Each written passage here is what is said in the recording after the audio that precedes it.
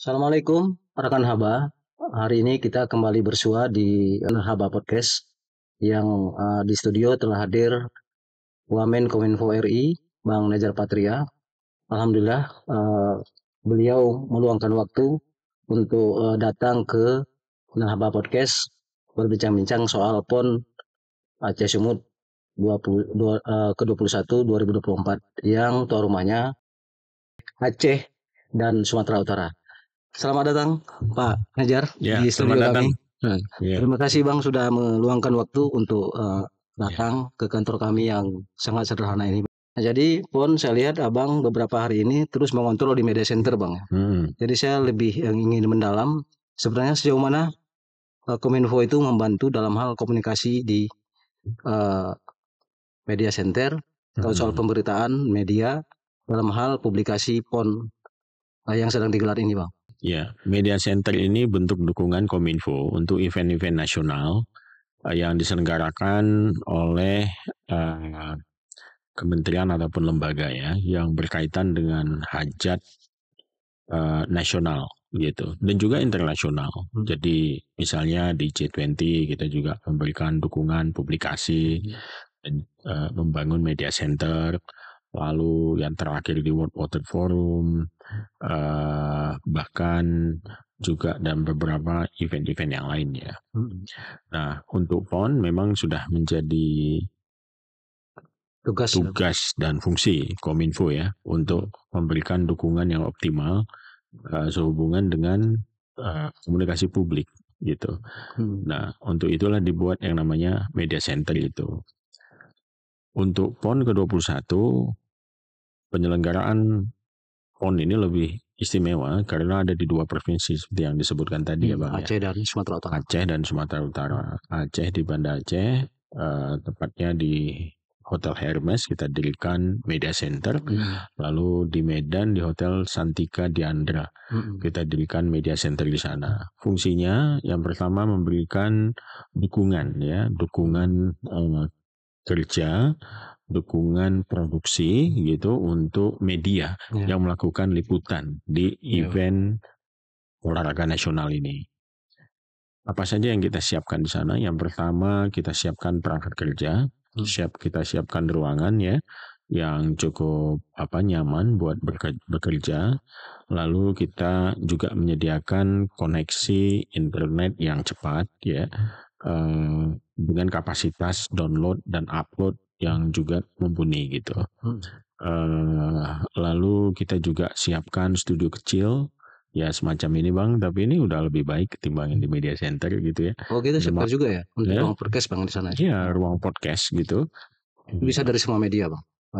Bisa semua media yang menginginkan atau ingin live dari media center itu juga kita bisa berikan dukungan gitu. Dan ruangan podcast yang one on one itu juga bisa dipakai gitu buat interview ataupun buat melakukan talk show dan lain sebagainya.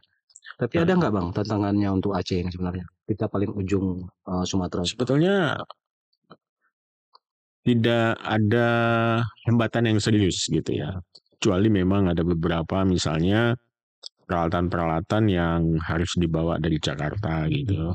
Karena mungkin di Aceh agak sulit untuk mencarinya. Tetapi di luar itu hampir semuanya ada di Aceh. Ada, seperti di daerah yang juga. Seperti di daerah lain. Kalau dibandingkan dengan Papua juga kemarin mungkin hampir mirip-mirip ya? Hampir mirip-mirip ya, hampir mirip-mirip. Karena paling ujung timur dan barat ya. Iya. Kalau peluang mungkin untuk dunia digital dan media dalam PON ini Bang, kira-kira ada nggak dampaknya Bang? Peluang-peluang kemudian dengan PON dengan event ini Bang? Peluang, saya kira karena kita hidup di era digitalisasi ya, dan peran media online kan itu begitu tinggi ya, begitu kuat gitu, sehingga pola komunikasi ataupun strategi komunikasi yang dibuat itu selalu memperhitungkan digital media gitu. Ya tentu saja media mainstream juga berada dalam ekosistem media ini ya. Dan media mainstream juga berada di ranah digital juga. Jadi kalau ditanya peran ataupun bagaimana media digital di PON ini saya kira memainkan peranan yang sangat penting. Kita bisa lihat bagaimana video di streaming lewat platform-platform digital gitu kan. Lalu juga informasi lewat sosial media itu disampaikan. Lalu portal-portal media online itu begitu banyak melakukan liputan gitu ya. Sehingga kita harapkan liputan-liputan yang positif, liputan-liputan yang memberikan inspirasi gitu ya tentang pencapaian prestasi atlet kita ini akan menjadi jejak digital yang positif. Jadi sebenarnya bukan hanya pada aksi dan hasil asro Bang ya. Iya. Ada sisi lain mungkin yang bisa diangkat kemudian lebih mempublikasi soal Acehnya juga Bang. Iya, selain itu tentu saja kita dengan event ini karena mengundang begitu banyak tamu ya, tentu saja akan menghidupkan ekosistem pendukung gitu ya. Ya misalnya dari sisi ekonomi kreatifnya bisa tumbuh, ekonomi kerahyatannya juga bisa tumbuh begitu banyak kuliner kita bilang gitu ya di Aceh ya yang bisa mengambil kesempatan untuk menyambut tamu-tamu yang datang di Aceh gitu dengan menyediakan layanan-layanan makanan ataupun layanan-layanan yang lain ya yang bisa memperkuat gitu ya, memperkuat ekonomi yang bertumbuh di seputar event PON ini. Ini Abang kan sebuah yang istimewa nih, saya undang ke podcast Nahaba, mungkin sebuah istimewa sekali bagi kami sebagai juga berasal dari Aceh Bang ya. Jadi mungkin konteks pertanyaan saya ini juga sebagai orang Aceh, asal dari Aceh soal kesiapan Bang. Aceh ini melihat Bang, kesiapan kita dalam menjadi tuan rumah 2024 Bang. Gimana yang Abang lihat di lapangan, kesiapan masyarakatnya, dukungan masyarakatnya dan masyarakat sangat antusias ya, sangat antusias. Kita bisa menyaksikan di pembukaan semalam gitu ya, Bapak Presiden Joko Widodo juga hadir, lalu kita melihat Stadion Harapan Bangsa itu didandani dengan begitu cantiknya ya, kursi-kursinya juga sangat meriah, warna-warninya gitu, meniru warna kupiah gitu. Iya, kalau Abang perhatikan secara Acehnya itu Abang perhatikan kursinya itu ada merah, kuning, hitam semacam itu dibentuk dengan vertikalnya pola dari kupiah mengetuk itu. Iya, jadi saya kira sangat sangat menarik. Terus rumputnya juga standar di lapangan itu dan di waktu pembukaan kita juga lihat sekitar hampir 20.000 orang ya yang menghadiri pembukaan malam kemarin itu luar biasa antusiasnya gitu. Kesenian yang dibawakan. Kesenian yang dibawakan juga Laksamana Malayati Laksamana Malayati yang kemudian dibungkus dengan tari yang kontemporer tanpa meninggalkan sentuhan keacehannya gitu ya. Saya kira sangat menarik kembang apinya yang mungkin sudah lama kita tidak menyaksikan kembang api yang demikian gemebiar gitu ya. Tapi semalam alhamdulillah mungkin karena dua momen Bang ya, digabung sekalian dengan Hornas ya, Hari Olahraga Nasional. Iya, hari Olahraga Nasional plus dengan penyelenggaraan PON ya. Ya, jadi memang cukup meriah dan dilaksanakan di dua kota juga sehingga menambah dia menjadi lebih semarak gitu ya. Dan persiapannya cukup bagus saya kira dan ini sudah berlangsung hampir 2 tahun lebih ya. 2 tahun lebih dari perencanaan anggaran sampai kemudian eksekusi memang ada sedikit tarik ulur, naik turun gitu ya. Dan PON ini juga berada dalam masa transisi gitu, transisi politik lokal ini bisa bilang gitu dan itu terjadi di seluruh Indonesia karena kita tahu bahwa pilkada dilakukan serentak ya dan sehingga ada periode pemerintahan yang dipimpin oleh pejabat gubernur di provinsi-provinsi gitu. Nah, termasuk di Aceh itu sudah melewati 3 pejabat gubernur untuk persiapan PON, di Sumatera Utara juga begitu. 3 pejabat gubernur untuk persiapan PON. Jadi ada 6 pejabat gubernur yang terlibat dalam persiapan PON ini dan tentu saja semuanya saling bekerja sama sambung menyambung gitu ya untuk memperkuat pelaksana PON ini.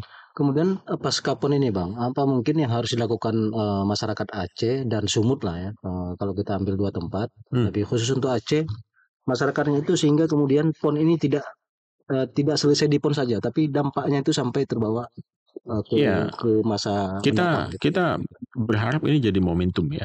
Momentum yang pertama kebangkitan pariwisata di Aceh. selain juga mengukir prestasi-prestasi olahraga ya. Tentu saja PON tujuannya adalah bagaimana kita mencatatkan prestasi-prestasi di berbagai cabang olahraga gitu yang bisa kita banggakan secara nasional dan juga internasional, selain memperkuat keguyuban, persatuan, persaudaraan ya, sebangsa segala macam gitu.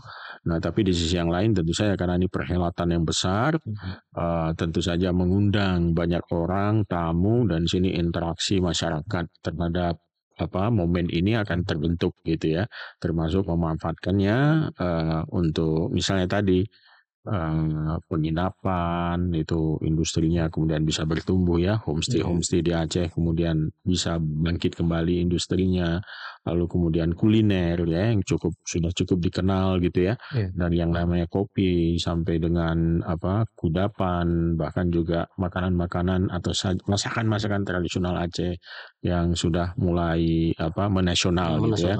Nah, ini satu momentum yang bagus karena sudah lama orang kenal mie Aceh misalnya.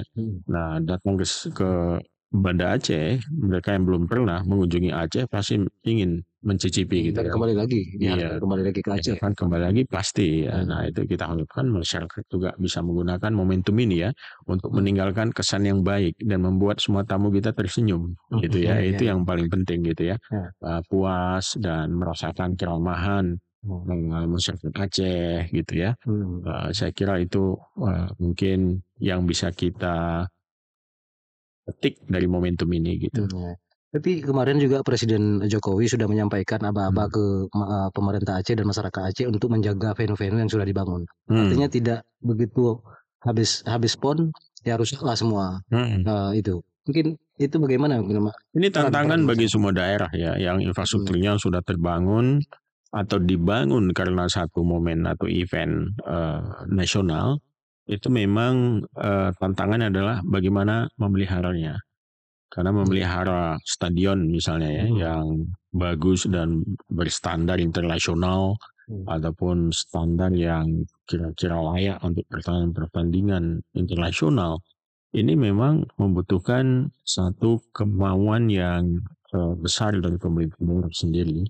Jadi saya berharap ya seperti Stadion Harapan Bangsa yang sudah direnovasi sedemikian baiknya itu, lalu juga stadion di Murtala ya, dua tempat ini paling tidak bisa dirawat dengan baik ya.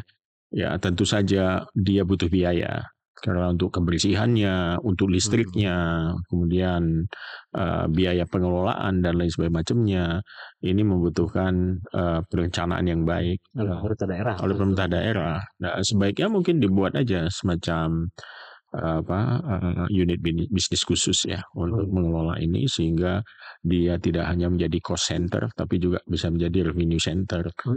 Dalam arti misal disewakan gitu ya untuk event-event yang lain ya yang kira-kira membutuhkan tempat sebesar stadion ya, konser musik, pertunjukan dan lain semacamnya. Tapi tentu saja rumputnya juga harus dipelihara karena di situ ada lapangan sepak bola yang kita lihat semalam itu rumputnya udah bagus gitu ya, ditata gitu. Nah, ini juga satu tantangan sendiri kalau kita mau buat event-event yang di luar olahraga gitu. Mungkin di akhir percakapan kita Bang, mungkin himbauan ke masyarakat Aceh Bang, sehingga terus ini kita dukung lah sampai suksesnya PON 21 Aceh Sumut Bang.